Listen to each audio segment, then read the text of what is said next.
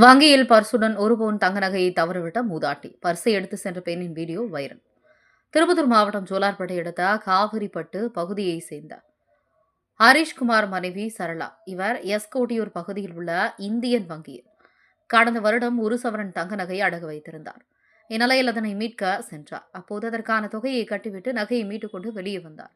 அப்போது சரளாவின் தாயாரான கற்பகம் என்பவரிடம் நகை வைத்திருந்த கருப்பு கலர் பர்சை அவரிடம் கொடுத்துவிட்டு மீண்டும் வங்கிக்குள் சென்றார். அப்போது கற்பகம் வைத்திருந்த பர்ஸ் எதிர்பாராதமாக கீழே விழுந்தது. பின்னர் ஞாபக மறதியால் அங்கிருந்து சென்றார். வங்கிக்கு வந்திருந்த சிவப்பு கலர் புடவை அணிந்திருந்த பெண் ஒருவர் அந்த பரிசை அங்கிருந்து எடுத்து சென்றார். இதன் சிசிடிவி காட்சி தற்போது சமூக வலைதளங்களில் மிக வேகமாக பரவி வருகிறது. இதனை அறிந்த சரளா தனது நகையை மீட்டுத் தர வேண்டும் என சிசிடிவி காட்சியுடன் ஜோலார்பேட்டை காவல் நிலையத்தில் புகார் அளித்தார். அதன் பேரில் போலீசார் சிசிடிவி காட்சியை கைப்பற்றி விசாரணை மேற்கொண்டு வருகின்றனர்.